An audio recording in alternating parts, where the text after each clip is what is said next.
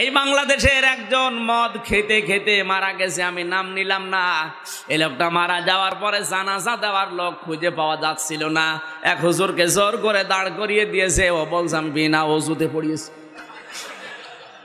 বিনা ওযুতে আর 10-12 ওযু করে পড়ালেই কি? কারণ যে মদ খেতে খেতে মরে গেল, আলেমদেরকে কুকুরের বাচ্চা বলে গালি দিল, সারা জীবন ইসলাম যেন দুনিয়ায় আসতে না পারে, সারাটা জীবন বিরোধিতা করলো।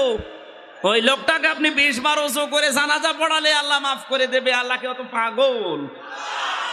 তাহলে আর বিচারের দরকার কি বলেন?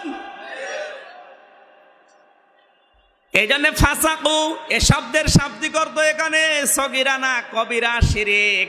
যারা আনন্দ চিত্রে করে, ইচ্ছাকৃত ভাবে এগুলো করে, এই লোকটা যদি মারা যায় ফামাওয়াহুমুন নার, তার আশ্রয়স্থল আল্লাহ দেবেন আগুনে।